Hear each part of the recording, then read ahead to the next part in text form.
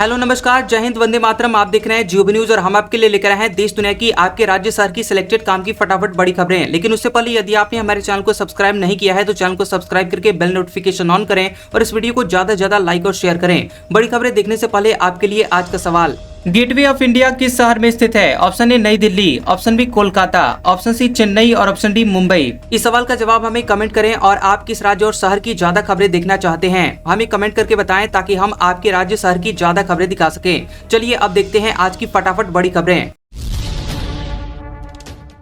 Airport की तरह अब रेलवे स्टेशन पर भी लगेज तौला जाएगा, इसके बाद ही स्टेशन में एंट्री मिलेगी। अभी कुछ जगहों पर लागू होगा नियम। खबर है कि भारतीय रेलवे जल्द ही ट्रेन में ले जाने वाले सामान के वजन और साइज को लेकर सख्त नियम लागू करने जा रहा है। ये नियम एयरपोर्ट की तर्ज पर होंगे। टाइम्स ऑफ इंडिया ने इसे लेकर एक रिपोर्ट पब्लिश की है। लगेज के वजन और साइज को लेकर ये नियम पहले से हैं, लेकिन अब इन्हें सख्ती से लागू करने की तैयारी है। रिपोर्ट के मुताबिक अभी कुछ स्टेशनों पर ये लागू होंगे और इन स्टेशनों पर यात्रियों को अपने सामान को इलेक्ट्रॉनिक वजन मशीनों से तौलना होगा। अगर सामान तय सीमा से ज्यादा भारी है या फिर वजन कम होने के बावजूद बहुत बड़ा है, यानी ज्यादा जगह लेने वाला है, तो इसके लिए अतिरिक्त चार्ज या जुर्माना देना होगा। उत्तर मध्य रेलवे ने इसकी शुरुआत लखनऊ और प्रयागराज मंडल के प्रमुख स्टेशनों से करने का फैसला किया है। इनमें लखनऊ, चारबाग, बनारस, प्रयागराज जंक्शन, कानपुर सेंट्रल, मिर्जापुर, अलीगढ़, गोविंदपुरी और इटावा जैसे स्टेशन शामिल हैं। इन जगहों पर इलेक्ट्रॉनिक लगेज मशीनें लगाई जाएंगी। प्लेटफॉर्म पर एंट्री से पहले बैग का वजन और साइज चेक होगा। नीतीश कैबिनेट की बैठक में 16 एजेंडों पर लगी मुहर। पीटी की परीक्षा में सिर्फ 100 रुपए लगेंगे। मेंस परीक्षा में कोई शुल्क नहीं लगेगा। मुख्यमंत्री नीतीश कुमार की अध्यक्षता में बिहार में कैबिनेट की बैठक संपन्न हुई। नीतीश कुमार की अध्यक्षता में बैठक में 16 एजेंडों पर मुहर लगी है। अब राज्य सरकार के अधीन सरकारी नौकरी की परीक्षाओं में आवेदन शुल्क घटा दिया गया है। इसके तहत प्रारंभिक परीक्षा यानी पीटी के लिए केवल 100 रुपए का शुल्क लगेगा, जबकि मुख्य परीक्षा पूरी तरह से निःशुल्क रहेगी। पर्यटन को बढ़ावा देने के लिए नालंदा जिले के राजगीर में 2 5 सितारा होटल और वैशाली में एक 5 सितारा रिसोर्ट पीपीपी मॉडल पर बनाए जाएंगे। गन्ना उद्योग विभाग के लिए बिहार ईख विकास सेवा नियमावली 2025 को मंजूरी दी गई है। कैबिनेट मीटिंग में कोटा ग्रीनफील्ड एयरपोर्ट को मंजूरी, 1507 करोड़ रुपए का बजट दिया। ओडिशा में कटक भुवनेश्वर 6 लेन रिंग रोड बनेगा। प्रधानमंत्री नरेंद्र मोदी की अध्यक्षता में केंद्रीय कैबिनेट की बैठक हुई। केंद्रीय मंत्री अश्विनी वैष्णव ने बताया कि बैठक में 2 प्रोजेक्ट्स को मंजूरी दी गई है। इसमें राजस्थान के कोटा में ग्रीनफील्ड एयरपोर्ट और ओडिशा में कटक भुवनेश्वर 6 लेन रिंग रोड शामिल हैं। वैष्णव ने बताया कि पहला प्रोजेक्ट राजस्थान के कोटा बूंदी में ग्रीनफील्ड एयरपोर्ट का है, जिसकी अनुमानित लागत 1507 करोड़ रुपए होगी। दूसरा प्रोजेक्ट ओडिशा में 110.875 किलोमीटर लंबी और 6 लेन वाली Cuttack Bhubaneswar capital region ring road का है। इसके निर्माण पर तकरीबन 8307.74 करोड़ रुपए का खर्चा किया जाएगा। जियो ने सबसे सस्ते 1 GB डेली डेटा प्लान बंद किए। 249 रुपए में 28 दिन की वैलिडिटी पहले मिलती थी, अब 299 रुपए से रिचार्ज करना होगा। रिलायंस जियो ने अपने सबसे सस्ते 1 GB डेली डेटा वाले प्रीपेड प्लान्स को बंद कर दिया है। इन प्लान्स की कीमत 209 रुपए और 249 रुपए थी। बता दें कि एक में 22 दिन और दूसरे में 28 दिन की वैलिडिटी के साथ अनलिमिटेड कॉलिंग और 100 SMS मिलते थे। अब 28 दिन की वैलिडिटी के साथ डेली डेटा वाला प्लान 299 रुपए से शुरू होता है। इसमें 1.5 GB डेली डेटा मिलता है। जियो से पहले एयरटेल और वोडाफोन आइडिया सस्ते प्लान्स को बंद कर चुका है। ये दोनों कंपनियां पहले से ही 28 दिन के लिए 299 रुपए चार्ज करती हैं। रिपोर्ट्स के मुताबिक जियो ने ये कदम अपने एवरेज रेवेन्यू पर यूजर यानी ARPU को बढ़ाने के लिए उठाया है। ARPU वह औसत राशि होती है जो एक यूजर टेलीकॉम कंपनी को देता है। जियो इसे बढ़ाकर फाइनेंशियल हेल्थ को मजबूत करना चाहता है। अभी जियो का ARPU 209 रुपए है। SBI का होम लोन 0.25% महंगा हुआ। अब 7.50% से 8.70% के बीच होगी ब्याज दर। बता दें आपको कि स्टेट बैंक ऑफ इंडिया यानी SBI ने अपने होम लोन की ब्याज दरों में 25 बेसिस पॉइंट्स की बढ़ोतरी की है, जिसका असर नए होम लोन लेने वाले लोगों पर पड़ेगा। अब SBI की होम लोन की ब्याज दर 7.50% से 8.70% के बीच है। हालांकि ये बढ़ोतरी अपर लिमिट ब्याज पर की गई है। SBI की होम लोन की ब्याज दर पहले 7.50% से 8.45% के बीच थी। इसका मतलब है कि अगर आपका क्रेडिट स्कोर थोड़ा कम है तो आपको ज्यादा ब्याज देना पड़ सकता है और इससे आपकी EMI बढ़ जाएगी। नाबालिग मुस्लिम जोड़े पर हाईकोर्ट का फैसला बरकरार। बाल आयोग से सुप्रीम कोर्ट ने कहा, आप मामले से अनजान, हस्तक्षेप का अधिकार नहीं। सुप्रीम कोर्ट ने राष्ट्रीय बाल अधिकार संरक्षण आयोग यानी NCPCR की याचिका खारिज कर दी। आयोग ने पंजाब और हरियाणा हाईकोर्ट के 2022 के आदेश को चुनौती दी थी, जिसमें हाईकोर्ट ने 2 मुस्लिम विवाहित जोड़ों को सुरक्षा प्रदान की थी। सुप्रीम कोर्ट ने कहा कि आयोग इस मामले से अनजान है और उसे हाईकोर्ट के फैसले को चुनौती देने का अधिकार नहीं है। जस्टिस BV नागरत्ना और न्यायमूर्ति R महादेवन की पीठ ने यहां सवाल किया कि तीसरा पक्ष यानी बाल अधिकार संरक्षण आयोग ऐसे मामले में हस्तक्षेप कैसे कर सकता है। कोर्ट ने आगे कहा कि अगर 2 लोग सुरक्षा की मांग लेकर आते हैं और न्यायालय ने उन्हें सुरक्षा दी है तो आयोग उस आदेश को चुनौती क्यों दे रहा है। NCPCR के वकील ने जवाब दिया कि कानून के दृष्टिकोण से आदेश को चुनौती दी गई है। इस पर सुप्रीम कोर्ट ने इस याचिका को खारिज कर दिया। तेज प्रताप यादव बोले, अनुष्का के भाई आकाश ने वायरल की फोटो, मुझे बदनाम किया, वो जयचंद है। तेजस्वी को चेतावनी, सावधान रहें वरना चुनाव में बुरा अंजाम होगा। पूर्व मंत्री तेज प्रताप यादव ने अपनी गर्लफ्रेंड अनुष्का यादव के भाई आकाश यादव को जयचंद बताया। उन्होंने एक्स पर लिखा कि आकाश यादव और कुछ जयचंदों के द्वारा हमारी फोटो को वायरल कर देना हमारी राजनीति को खत्म करने की साजिश है। इन जयचंदों को अभी पता नहीं है कि हमारा नाम तेज प्रताप यादव है। तुम जैसे टुटपुंजिया लोगों से हमारा राजनीतिक जीवन खत्म नहीं होगा, बल्कि हम और मजबूती के साथ आगे बढ़ेंगे। कोई जयचंद कितनी भी बड़ी से बड़ी साजिश क्यों न कर ले, लेकिन वो हमसे कभी जीत नहीं पाएगा। हम बिहार की राजनीति में अपने संगठन और सोशल प्लेटफॉर्म टीम तेज प्रताप यादव के माध्यम से पूरे राज्य में जन संवाद करेंगे और चुनाव भी लड़ेंगे। अब जिसको फरियाना है वो मैदान में आकर हमसे मुकाबला कर ले।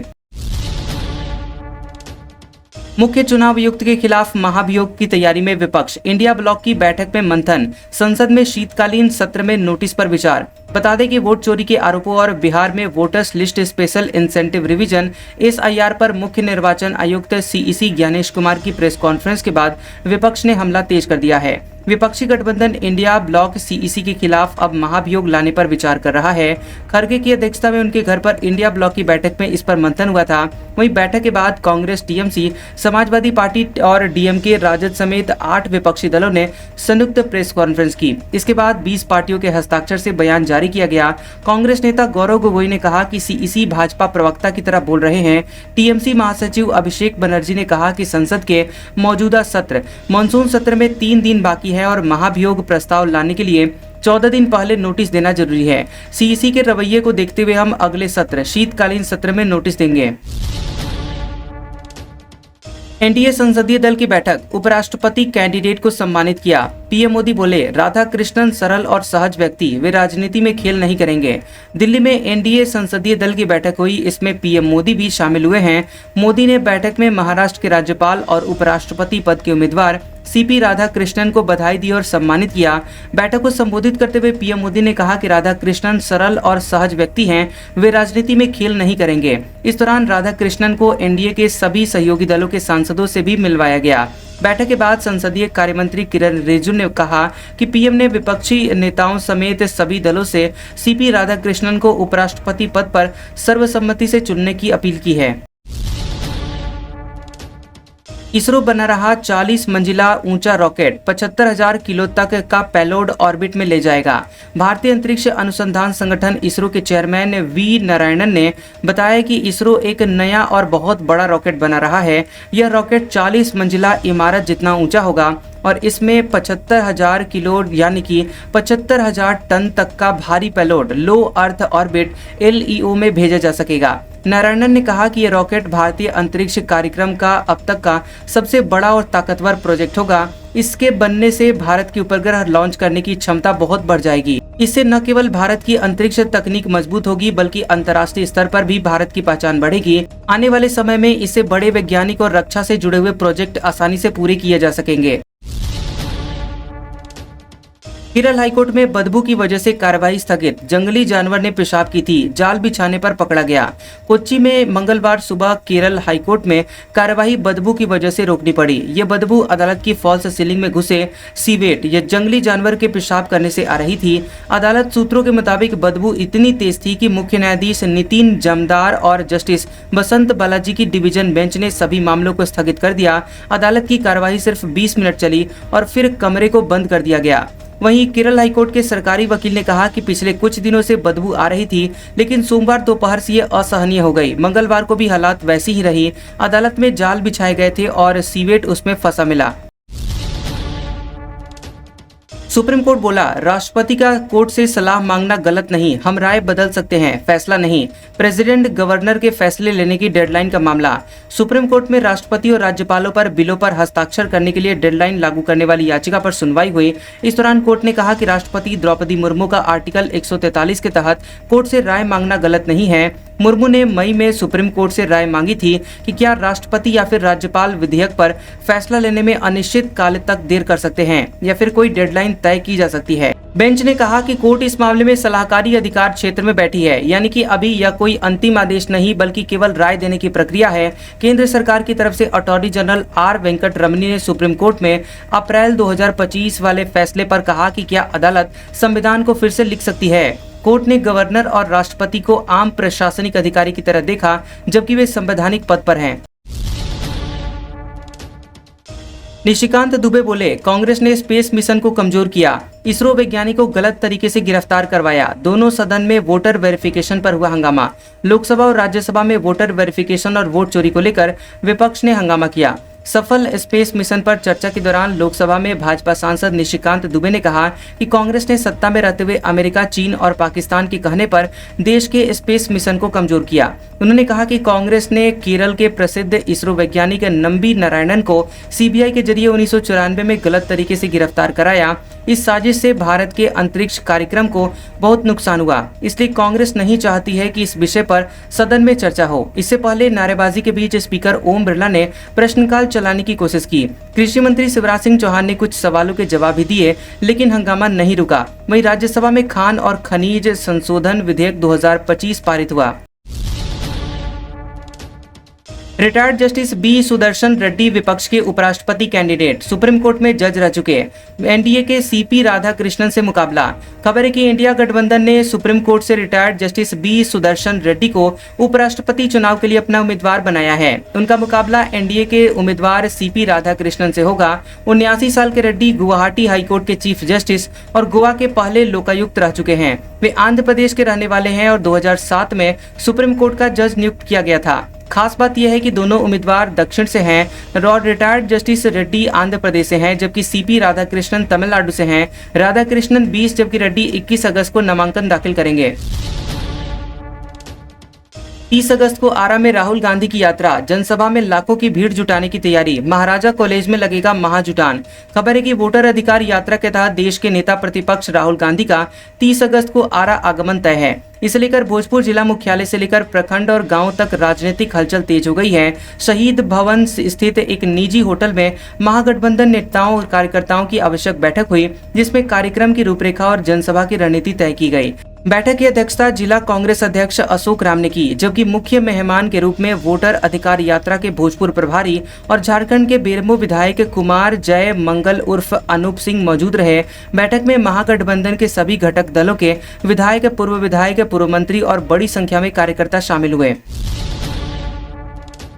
छत्तीसगढ़ में केंद्र के बराबर मिलेगा महंगाई भत्ता। 4 लाख अधिकारी कर्मचारी, अब 55% हुआ डीए, 2% की बढ़ोतरी। फेडरेशन बोला, ड्यू डेट से मिले लाभ। बता दें कि छत्तीसगढ़ के अधिकारी कर्मचारी के लिए 2% महंगाई भत्ता बढ़ाया गया है। मुख्यमंत्री विष्णुदेव साय ने इसकी घोषणा की है। अब प्रदेश के अधिकारी कर्मचारियों को केंद्र के बराबर 55% महंगाई भत्ता मिलेगा।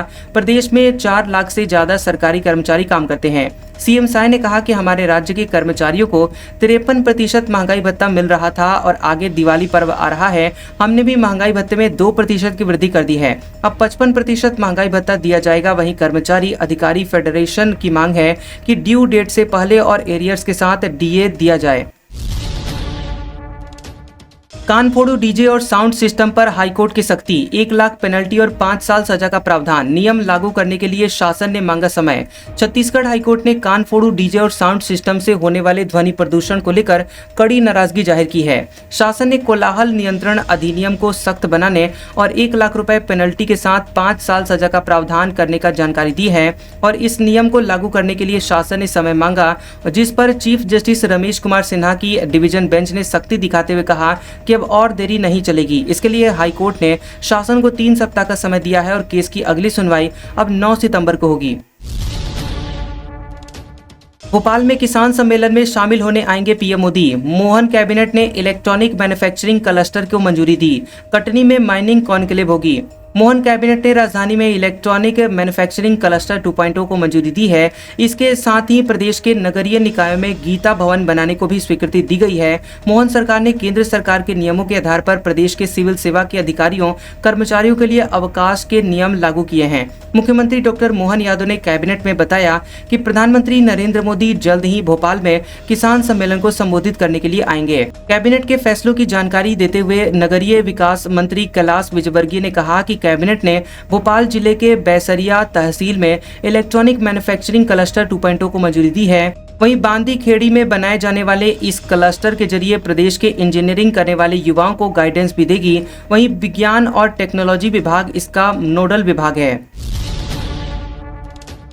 69,000 शिक्षक भर्ती अभ्यर्थियों ने डिप्टी सीएम का आवास घेरा। बोले हम वोट के लिए हिंदू और नौकरी के लिए दलित हो जाते हैं। लखनऊ में 69,000 शिक्षक भर्ती के आरक्षित वर्ग के अभ्यर्थियों का प्रदर्शन लगातार दूसरे दिन जारी है। अभ्यर्थी उप मुख्यमंत्री केशव प्रसाद मौर्य का आवास घेरने के लिए पहुंचे। प्रदर्शनकारियों ने जमकर हंगामा और नारेबाजी की और कहा कि हम वोट के लिए हिंदू और नौकरी के लिए दलित हो जाते हैं, यह अन्याय मत करो। प्रदर्शन की सूचना पर पहले ही पुलिस पहुंच गई थी और अभ्यर्थियों को केशव प्रसाद मौर्य के आवास से ठीक पहले रोक लिया गया और इस दौरान पुलिस से नोकझोंक भी हुई। अभ्यर्थी बोले कि उन दलितों पर सरकार न्याय करे जिन्हें कीड़े मकोड़े न समझा जाए और अभ्यर्थियों ने कहा कि 69,000 शिक्षक भर्ती में आरक्षण घोटाला किया गया। अब्बास अंसारी मामले में कोर्ट दे सकता है फैसला। हेट स्पीच केस में कोर्ट ने फैसला रिजर्व किया था। अब्बास को 2 साल की है सजा। खबर है कि मुख्तार अंसारी के बेटे अब्बास अंसारी के हेट स्पीच केस में फैसला आ सकता है। 13 अगस्त को इलाहाबाद हाईकोर्ट के न्यायमूर्ति समीर जैन की बेंच ने इस मामले की सुनवाई पूरी की थी। दोनों पक्षों ने अदालत में अपनी दलीलें पेश की थी और बहस पूरी होने के बाद कोर्ट ने फैसला सुरक्षित रख लिया था। लोअर कोर्ट से मिली 2 साल की सजा को रद्द करने के लिए अब्बास ने इलाहाबाद हाईकोर्ट में रिवीजन पिटीशन दाखिल की थी। बीते 31 मई को मऊ में सेशन कोर्ट ने माफिया मुख्तार अंसारी के विधायक बेटे अब्बास अंसारी को हेट स्पीच मामले में 2 साल की सजा सुनाई थी। वहीं कोर्ट ने अब्बास के साथ ही उनके चुनाव एजेंट मंसूर को 6 महीने की सजा सुनाई गई और दोनों पर 2-2 हजार रुपए का जुर्माना भी लगाया गया, जबकि अब्बास के छोटे भाई उमर अंसारी को बरी कर दिया गया था। राहुल गांधी की नागरिकता केस में यूके से आई रिपोर्ट। पासपोर्ट की कॉपी सिटीजन डिटेल भारत सरकार को भेजी गई। अब लखनऊ हाईकोर्ट में सुनवाई। रायबरेली से कांग्रेस के सांसद राहुल गांधी की नागरिकता केस में ब्रिटेन से रिपोर्ट भारत आ गई है और इसमें पासपोर्ट की कॉपी, सिटीजन डिटेल समेत अन्य जानकारी शामिल है। ये जानकारी याचिकाकर्ता एस विघ्नेश्वर शिशिर ने दी है। आपको बता दें कि इस मामले में अगले सप्ताह इलाहाबाद हाईकोर्ट के लखनऊ खंडपीठ में सुनवाई हो सकती है और इसी दौरान इन दस्तावेजों को भी बेंच के सामने रखा जाएगा। याचिकाकर्ता का आरोप है कि राहुल गांधी के पास ब्रिटिश नागरिकता है और इस पर हाईकोर्ट ने सरकार से जवाब मांगा था। इसके बाद केंद्र सरकार ने ब्रिटेन सरकार को लेटर लिखकर जानकारी मांगी थी। ब्रिटिश सरकार ने जुलाई में पुष्टि की थी कि संबंधित जानकारी भारतीय दूतावास के जरिए भारत सरकार को भेज दी गई है। आज का सुविचार, कोई भी लक्ष्य इंसान के साहस से बड़ा नहीं होता, हार केवल उसी की होती है जिसमें लड़ने का साहस नहीं होता। कैसा लगा ये वीडियो हमें कमेंट सेक्शन में जरूर बताएं। वीडियो पसंद आया हो तो वीडियो को लाइक और शेयर करें और ऐसे इंटरेस्टिंग वीडियोस देखने के लिए हमारे चैनल जियोबी न्यूज को सब्सक्राइब करें और बेल आइकॉन को दबाएं। और हमारे ओल्ड और लेटेस्ट वीडियोस देखने के लिए हमारे प्लेलिस्ट और कम्युनिटी टैब को जरूर चेक करें। तो मिलते हैं अगले वीडियो में, तब तक के लिए आपका शुक्रिया।